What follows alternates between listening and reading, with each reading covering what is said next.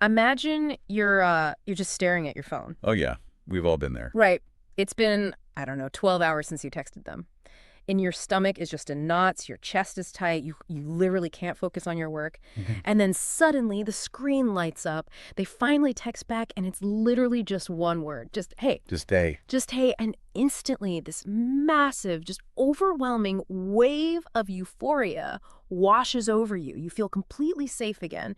And you sit there and you think, wow, I must really love this person. Yeah. But what if science and psychology suggests that what you're feeling isn't actually love at all? What if it's really just an addiction to your own anxiety? It is a kind of a harsh reality to confront, but it's something pretty much everyone experiences at some point. I mean, from the outside, when you look at a friend in a relationship like that, it defies all logic. Totally. It looks like this simple math equation where the answer is obviously, just leave.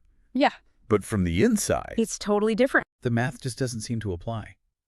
You are operating in a completely different emotional reality. Exactly. And that gap, between knowing you objectively deserve better and actually choosing better in the moment, that is what we're looking at today.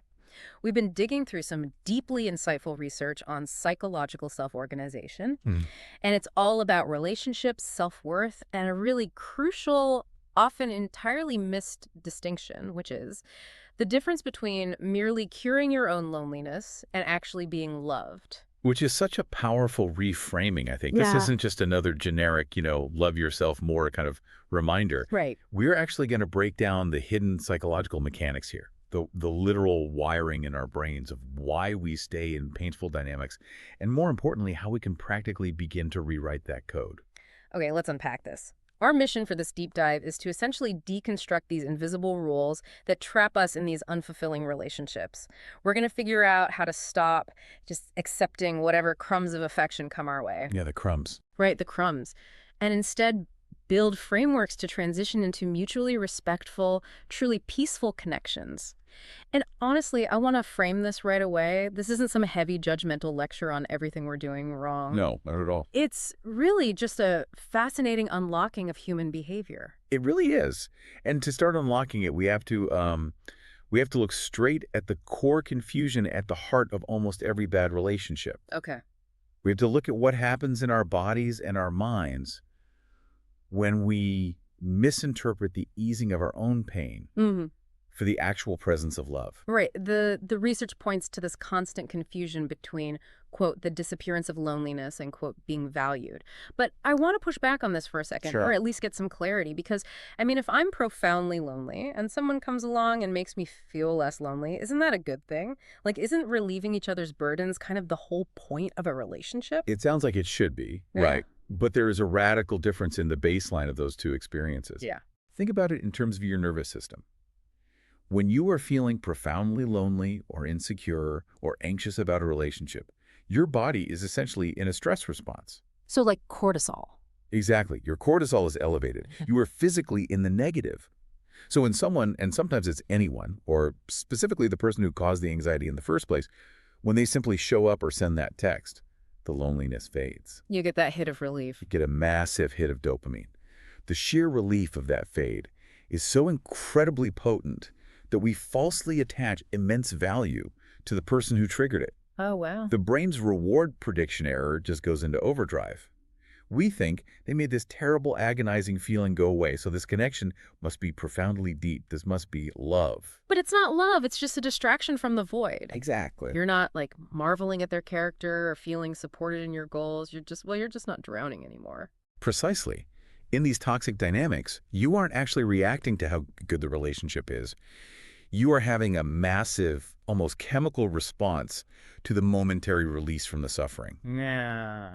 And the darkest part of this, really, is that often the relationship itself is what is causing the suffering. So it's almost like if I were to purposely wear shoes that are 3 sizes too small all day long. Okay, yeah. My feet are in absolute agony. just killing me. Right, and you're just dragging yourself through the day. Dragging myself around. And then I finally get home and I take them off. The euphoria I feel in that moment is incredible. It feels amazing. Oh, yeah. But I'm mistaking the relief of ending the pain for actual happiness. Like I'm looking at those terrible tiny shoes and thinking, wow, these shoes give me so much joy. That is the perfect analogy. Huh? You are attributing the joy to the shoes when the shoes are the very thing causing the agony. Your baseline in that relationship is discomfort. So when the partner suddenly texts you back after ignoring you for a day, that rush, that's just taking the tight shoes off. It feels amazing, but only because you were in unnecessary, entirely preventable pain to begin with. And we start chasing that relief, don't we? Like we become addicted to the cycle of pain and rescue. Are very addicted. Because if you look at the symptoms of the state, they read like a checklist for misery. You feel overwhelmingly anxious when you're apart. You only feel okay when you have their immediate attention. And you endure actual mistreatment just for those fleeting moments of what you desperately want to interpret as kindness. Because the brain struggles to tell the difference between genuine, stable affection and the temporary cessation of panic. True connection has a baseline of safety. Right. In a healthy dynamic, you don't have to constantly read the other person's mood to figure out if you're about to be abandoned. You don't have to perform. You can state your own feelings. And the relationship itself isn't suddenly under threat. But in this anxiety relief dynamic, it's the exact opposite. You endure terrible behavior, and then the moment they show a tiny sliver of warmth, I mean, maybe they just use a sweet nickname or bring you a cup of coffee, you think, see, I knew it, we have this deep bond. Yeah. But really, you're just reacting strongly to being released from the tension they created. It's intermittent reinforcement. It's the exact same psychological mechanism that keeps people pulling the lever on a slot machine. Oh, that makes so much sense. Right. The unpredictability of the reward makes the chemical hook vastly stronger than if you just, say, won $1 every single time. Which is terrifying, but also incredibly illuminating. It makes me think, if we pause right now, I bet everyone listening can evaluate their own bonds through this lens. Absolutely. Just ask yourself, does this person in my life make me feel safe to be exactly who I am on a random Tuesday morning? Or do I just feel a wave of intense relief because they finally decided to acknowledge me today? And if the answer is the latter, the absolute worst thing you can do right now is shame yourself. Shame stops curiosity dead in its tracks. Instead, we have to get intensely curious. If the pain of these relationships is so obvious to us when we step back, if the shoes are clearly too small, why do we keep buying that exact same brand? Yes. Why do we repeatedly walk right back into the fire? And that brings us to the second massive piece of this puzzle, which is our upbringing. How our childhoods essentially calibrate our internal nervous system, our kind of normal meters. This is where we have to look backward to understand our present, what we often proudly view as our personality or our type in dating, the traits we think are just innately us. Right, right. Those are very often learned habits from our earliest environments. This part really challenged me because Oh, we all have that friend, or let's be honest, we are that friend, who says things like, oh, I'm just drawn to complicated people. oh, Or I just need a lot of passion and fire in a relationship. Nice guys they're just not for me. I need the spark. the spark, yes. But if I'm understanding the research correctly, if you grew up in a home where you were blamed more than you were praised, or where the adults were unpredictable, that passion you're looking for is actually something else entirely. Right. If you grew up having to constantly scan the room to gauge the mood of your caregivers just to keep the peace, tension becomes your baseline for human connection. Wow. If we connect this to the bigger picture of child development, a child's primary biological goal is survival. And survival means staying attached to the caregiver no matter what. Because a child can't just pack their bags and move out. They have to adapt. Exactly. So if the caregiver is volatile, the child learns to navigate volatility. They become an absolute expert in reading micro-expressions. They know exactly what a slightly louder footstep in the hallway means. Right. They can read the energy in the house instantly. Yes, they anticipate anger, and they contort their own behavior to avoid conflict.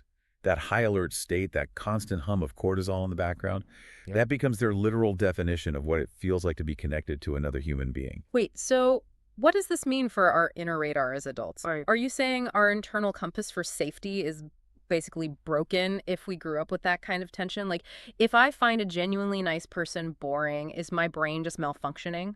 It's not that the compass is broken. In fact, it's working perfectly. Really? Yes, it's doing exactly what it was programmed to do. It is finding what is familiar. The human brain equates familiar with survivable.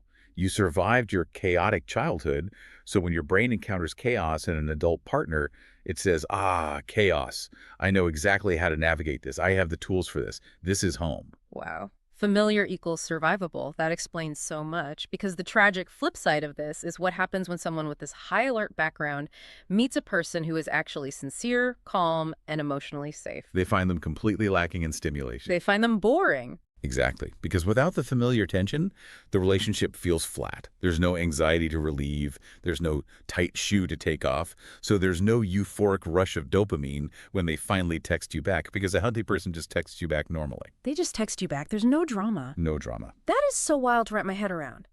The absence of trauma is being interpreted by the body as a lack of chemistry. We're sitting there, across the table, from a nice, emotionally available, consistently present person. And we're thinking, where are the sparks? I don't feel the fireworks. But the sparks we're looking for are actually warning sirens. Precisely. You're looking for the anxiety spike. And this is why it is so crucial to observe the unconscious rules we adopted as children. We all have a playbook we wrote before we were 10 years old. Okay, like what kind of rules? Well, for example, did you learn the rule, if I am incredibly useful, if I fix everything, then I am needed, and therefore they won't abandon me? Oh, the classic fixer dynamic. Right. If that's your hidden rule, you will naturally seek out partners who are a mess, who need fixing, or who demand that you serve them. Because if they don't need fixing, you don't have a job. Exactly. Because that chaotic dynamic activates your specific strategy for feeling loved and secure. A partner who has their life together doesn't need fixing, which means your brain doesn't know how to secure your attachment to them. It feels unsafe to have nothing to fix. Or what about the rule, if I endure this mistreatment without complaining, I'm just the chillest, most low-maintenance partner ever. It proves how much I love them, and eventually they will see my loyalty and reward me. Yes, the martyr playbook. We see that all the time. Yeah. But the critical nuance here is that the goal isn't to judge these rules. We don't want to look at our childhood survival strategies and say, I'm so stupid for doing this. You did it to survive. Right. We simply need to observe them, because you cannot change the rules of the game you're playing if you don't even know what the rules are. We have to map the territory before we can navigate out of it. We have to be able to look at our own behavior and say, oh, I see. I associate anxiety with love because I had to earn my physical and emotional safety as a kid. Exactly. But, and here's the practical problem, it is really, really hard to do that kind of deep mapping when you are in the middle of a crowded room, metaphorically speaking. Which brings us to the antidote. Yeah. If our internal radar is miscalibrated to seek out familiar pain, how do we actually recalibrate the software? Yeah. You cannot do this work while you are constantly surrounded by other people. You have to step away. Yes, this is where the research pivots to the immense necessary power of alone time and honest journaling. Because being around people constantly forces us into an outward-facing mindset. Very true. When we are with others, our brains are constantly running this hidden background program. Like, how am I being seen right now? Am I talking too much? Will they hate me if I disagree? What do they want me to do? It's the performance aspect of human interaction. And again, it's biological. We're highly social creatures. And maintaining our status in the group, ensuring we aren't cast out, is a deeply ingrained survival instinct. Right, the chameleon effect. The chameleon effect is real. So when you are around people, your priority naturally and unconsciously shifts from what do I actually feel to what is the acceptable, safe thing to feel in this situation. It's like we are constantly performing on a stage. We've got the costume on, the lights are hitting us, and we are playing a role. And you're constantly reading the audience's reaction. Exactly. And the only way to figure out who the actor really is underneath all of that is to completely empty the theater. You literally cannot find your true voice if you're constantly adjusting the microphone to cater to someone else's ears. That's a brilliant way to visualize it. If the audience is in the seats, you will act for them. You can't help it. To counteract this, we have to intentionally, fiercely guard and increase our alone time. And we aren't just talking about scrolling on the couch, right? No, absolutely not. And this doesn't mean just isolating yourself and doom scrolling on social media or binge watching a show alone. That's still input. It means sitting with your own thoughts, outputting your own feelings, so you could finally hear your true voice without the static of everyone else's expectations. And the specific tool for this is writing.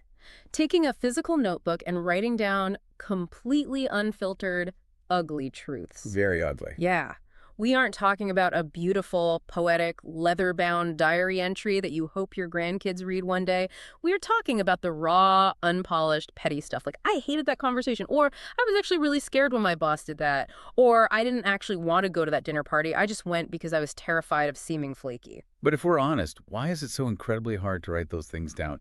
Even when you are alone in your room and you know nobody else will ever read it, the pen gets heavy. Why? It really does. Because we have spent a lifetime suppressing our true feelings to construct a respectable identity.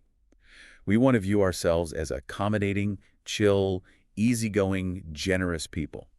Admitting even to a piece of paper that we are angry, resentful, petty, or scared, it shatters that carefully constructed image. It's almost like we are terrified of our own boundaries, because if I write down, I actually hate when my partner speaks to me that way, then it becomes real. And if it's real, I might actually have to do something about it. It's easier to just pretend it's fine. Exactly. The avoidance is a protective mechanism.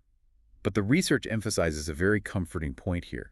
This journaling exercise isn't about finding a neat, clean resolution. Okay. You don't have to write down, I am angry, therefore I will break up with them tomorrow. That's way too much pressure. Yeah, that would stop anyone from writing. Right. The only goal is to reestablish a boundary between what the world wants from you and what you actually feel inside your own skin.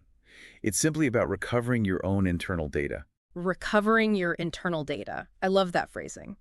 Because if you've spent 20 or 30 years just reading the room to survive, your own data has been completely overwritten by everyone else's needs. You don't even know what you like anymore. I was thinking about this earlier. If you look back at just the last week, I bet everyone listening can pinpoint at least one thing they agreed to do that if they were invisible and there were zero consequences, they would have said absolutely no to. Yeah. I know I can think of 3 things off the top of my head. It's a very revealing reflection. Because once you start noticing those moments, once you start finding that true, unfiltered voice in the empty theater, you face the next hurdle. Which is? Taking it back out into the real world. How do you protect that fragile new understanding of yourself when you start interacting with people again? How do you test if someone is actually safe? Right, because you can't live in the empty theater forever. You have to invite people back into the audience. And this brings us to rewiring the radar. How to spot true value in a person and how to set actual boundaries without panicking. The insights here are remarkably sharp, mostly because they strip away a lot of the romanticized nonsense. We are fed by movies and pop culture. We are taught to look for grand gestures. Yeah, flowers and big speeches. Exactly. But genuine care, actual safety, is not proven by sweet words or expensive dinners. Anyone can say nice things when the weather is good, and you are doing exactly what they want. Genuine care is proven by how a person reacts to your boundaries. Yes, it's all about the friction. How do they react when you say no? How do they react when you show a moment of weakness or when you simply disagree with their opinion on a movie? That is the real testing ground for a relationship. If we look at the red flags, they are almost universally about control and convenience. It's the person who ignores you when it's inconvenient for them, but expects you to drop everything to be there when they need you. Yes. It's the person who uses subtle guilt to control your actions. Or, and this is a tricky one, people who treat kindness as a transaction. They do something nice, but it's not a gift, it's a debt. They hold it over your head. Like, I bought you dinner on Tuesday, so you owe it to me to cancel your plans with your friends tonight. It's an unspoken ledger. It's not a relationship, it's an accounting firm. Exactly. And who wants to live like that? It's exhausting. It is. Now contrast that with the green flags. A safe person leaves room for discussion during a disagreement. They don't escalate a difference of opinion into a threat to end the relationship. They treat your feelings as valid, separate entities from their own. So it's not a personal attack. Right. If you say, I'm too tired to go out, they don't take your no as a personal attack on their worth. They just say, okay, rest up. It sounds so foundational, but it's completely glossed over. We are taught to look for the person who sweeps us off our feet, but we should be looking at the micro interactions, the mundane moments of friction. And this leads to a really profound point about how we build trust. Specifically, how we share our deep past, our traumas, our upbringing. And this is a big one. It is. The instinct for many people, especially those who grew up in chaos, is to share everything immediately. But the research strongly advises that this sharing should be gradual. You don't just hand over your entire painful history on the first date. Yeah, it explicitly warns, Don't use your trauma as a bargaining chip to force intimacy. I read that and had to pause because I want to push back on this or at least dig into it because society right now, especially social media, tells us the exact opposite. Okay. We are told that vulnerability equals instant connection. We are practically encouraged to trauma dump within 5 minutes of meeting someone to show how authentic and real we are. Are we saying that this kind of oversharing is actually a bad thing? Like, is it a form of manipulation? It absolutely can be. And it's a trap so many well-meaning people fall into. The distinction here is crucial. True trust isn't built in one massive, deep, tearful 4-hour conversation at a bar. Trust requires repeated small interactions over time. When we use our deep past as a trump card, we are often unconsciously trying to shortcut the difficult, time-consuming process of building actual trust. We're trying to skip the line. Yes. We are essentially saying, look how broken I am. Look how much I've suffered in my past. Now that you know this, you have to love me, you have to handle me with care, and most importantly, you cannot abandon me because that would make you a monster. It's an attempt to force a bond through pity or emotional intensity rather than building it through mutual respect and shared experience. Oh. It goes right back to that childhood rule we talked about. If I show them my wounds, they will be forced to take care of me. It's an anxiety relief strategy dressed up as, like, vulnerability. Exactly. Real vulnerability is incredibly powerful, but it's not a bargaining chip. So a crucial piece of advice here is to test the waters. Share something small, a minor insecurity. Then watch. See what they do. Exactly. Does the person listen without mocking you? Hmm. When you show that tiny bit of weakness, does their attitude toward you change? Do they suddenly treat you like you're fragile? Or worse, do they weaponize it later in an argument? You watch their behavior, and their behavior determines if they have earned the right to hear the next chapter of your story. That puts the control entirely back in your hands. But here's the part that really struck me. What happens if you do share something deep, something real, and the other person reacts coldly, or they just kind of brush past it? The natural instinct for someone with a history of bad relationships is to immediately spiral into self-blame, like, I was too much, I was too heavy, I'm too damaged, I ruined the vibe. The shamed spiral. It's immediate and it's vicious. But there is a vital alternative perspective here. Sometimes the other person simply lacks the capacity to receive what you are offering. They just can't handle it. It is not a reflection of your worth. It doesn't mean you were wrong to share or that your trauma makes you unlovable. It is simply a limitation of their emotional bandwidth. They just don't have the cellular reception for the signal you're broadcasting. Exactly. That's a great way to put it. And the most important rule is you must not take responsibility for their limitations. That is so freeing, to just be able to look at a situation and say, oh, they just don't have the tools in their toolbox to handle this conversation. It's not that I'm unlovable, it's that they are unequipped. It entirely stops you from internalizing their bad reaction as a flaw in yourself. And that realization that you are not responsible for managing someone else's emotional capacity, and they are not the ultimate judge of your worth, that is the gateway to the final and perhaps most important shift in all of this. It's what allows us to escape what psychologists sometimes call the ego trap. Yes, escaping the ego trap and redefining independence. This feels like the summit of the mountain. This is where all the previous steps, understanding the dopamine hits of anxiety, recognizing the childhood patterns, finding your voice in the empty theater, and setting boundaries, it all culminates into a totally different way of moving through the world. Let's break down this ego world first. So the ego world is a state where relationships are essentially a competitive game of validation. It's a win-lose dynamic. Yeah. In this state, we completely outsource our self-worth to other people. The ego isn't just about arrogance, like we normally think of it. In this context, it's about a fragile sense of self that constantly needs external mirroring to know it exists and has value. We basically hand other people the remote control to our emotions. If they praise us or choose us, we feel incredibly high, like we exist, we matter. But if they criticize us or pull away or even just take too long to text back, we are utterly devastated, we disappear. Right. It's an exhausting way to live because you are constantly at the mercy of someone else's weather. To build healthy relationships, we have to exit this competitive arena. We have to stop using people as mirrors to tell us we are acceptable. But we have to be very careful to redefine what the alternative looks like, because in our culture, we often drastically misunderstand the concept of independence. We really do. We think independence means becoming a stone wall. We think it means adopting this hyper-defensive posture, like, I don't need anyone. I'm an island. I can do everything myself. I will never rely on another human being again because people just let you down. But the research points out that this is not independence at all. What's fascinating is that the defensive "I don't need anyone" posture is actually just another reaction to the ego world. Really? How so? It's still being entirely controlled by the fear of how others will treat you. You're just choosing isolation over enmeshment, but fear is still in the driver's seat. True emotional independence means something entirely different. It means not outsourcing your internal feelings, your values, and your decisions to others. It means having an internal anchor. So true independence isn't building an impenetrable fortress where no one can ever get in. It's more like being the captain of your own ship. Okay. Yeah. You are at the helm. You can absolutely invite people aboard. You can have a crew. They can help you sail. You can enjoy the beautiful journey together. You can even rely on them to navigate a storm. But you never, ever hand over the steering wheel of your own self-worth. You are always the one deciding your ultimate direction. That is a beautiful analogy. We build it together, but you own your helm. And when you are the captain of your ship, the core question you ask yourself in a relationship fundamentally changes. In the ego world, the constant anxious question running in your head is, will this person accept me? Am I good enough for them? What do I need to change about myself so they won't leave?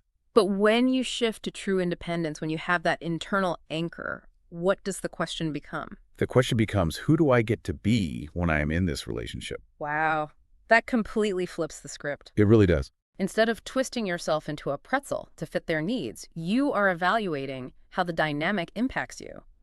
Does being with this person make me feel anxious, small, and constantly on edge? Or does this relationship make me feel expansive, calm, and grounded? Am I the best version of myself around them? If we connect this back to our earlier discussion about the nervous system and the brain, this shift in questioning is what finally breaks the addiction to anxiety. Because when you stop asking, am I enough for them, and start asking, is this good for me? You stop chasing the dopamine hits of intermittent relief. You start recognizing what a healthy relationship actually feels like. And it is a stark contrast to what many of us are used to. It lacks those extreme highs and lows. The roller coaster is gone. No more roller coaster. No more tight shoes. You don't have to panic over the timing of text messages. Showing a flaw or having a bad day doesn't feel like you've just triggered a countdown to the end of the relationship. There is a concept introduced here that I think is incredibly powerful for visualizing this, the idea of blank space or margin in a relationship. Right. Blank space, meaning room to just breathe. Because romantic comedies tell us that true love means you do absolutely everything together, you finish each other's sentences, and you never want to be apart for a single second. Right. Pop culture sells us enmeshment. But enmeshment is just two people using each other to manage their own anxiety. Ooh. Yeah. True connection requires blank space. It means there is room to be incredibly close when you both need closeness, but also room to be entirely alone when you need to be alone, without it triggering a crisis. It's the ability to exist side by side as two complete whole individuals, rather than two halves desperately trying to fuse together to survive. It's the difference between being a hostage and being a partner. And honestly, this circles right back to the very beginning of our deep dive. The reason people mistake the sudden fading of loneliness for love is because they're desperately seeking someone to fill their blank space. They view the blank space as a terrifying void. But a healthy relationship requires you to actually cultivate that blank space, to be comfortable in it, because that space is where trust, respect, and actual desire have room to grow. It requires a massive paradigm shift. You are moving from a state where a relationship is something that happens to you, a magical event that cures your pain or a mirror that dictates your worth, to a state where a relationship is something you actively, consciously build alongside someone else. Okay, let's pull all of this together, because we've covered a tremendous amount of ground.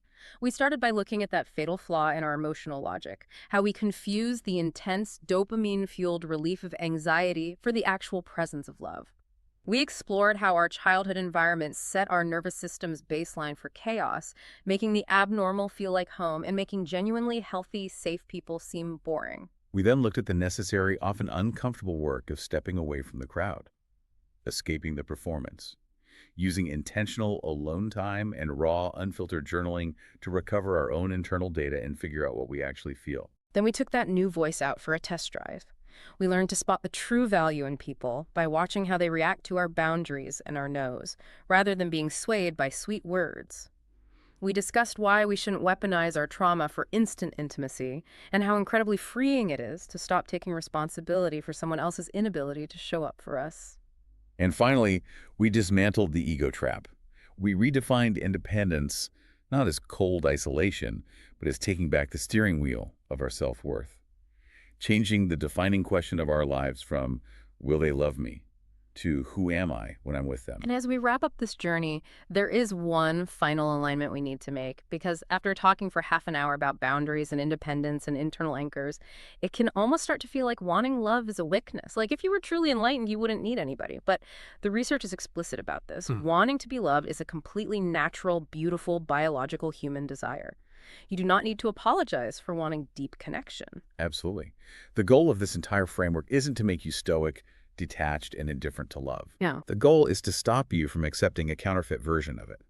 It's to help you develop the internal stability so that you have the capacity to offer incredibly healthy, deeply rooted love to someone else, and the self-respect to demand exactly the same in return. It transforms relationships from a desperate grab for a life raft into a conscious choice to build a beautiful ship together. So to make this concrete, let's leave you with the actionable step we mentioned earlier. Try it today. Take 5 minutes, find some quiet alone time where no one can interrupt you or judge you, and just write down one ugly truth, one discomfort you are feeling in a current relationship. It could be a romantic partner, a friend, a boss, just one raw truth on a piece of paper. You don't have to fix it today. Just acknowledge it exists.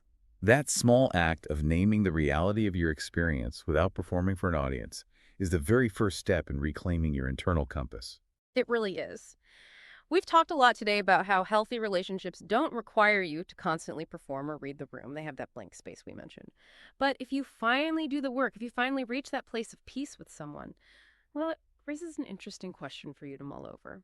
If the ultimate proof of a healthy relationship is how safe you feel when you are together, what if the ultimate proof of your own healing is how perfectly content you feel when you and your partner are sitting in total silence, completely apart?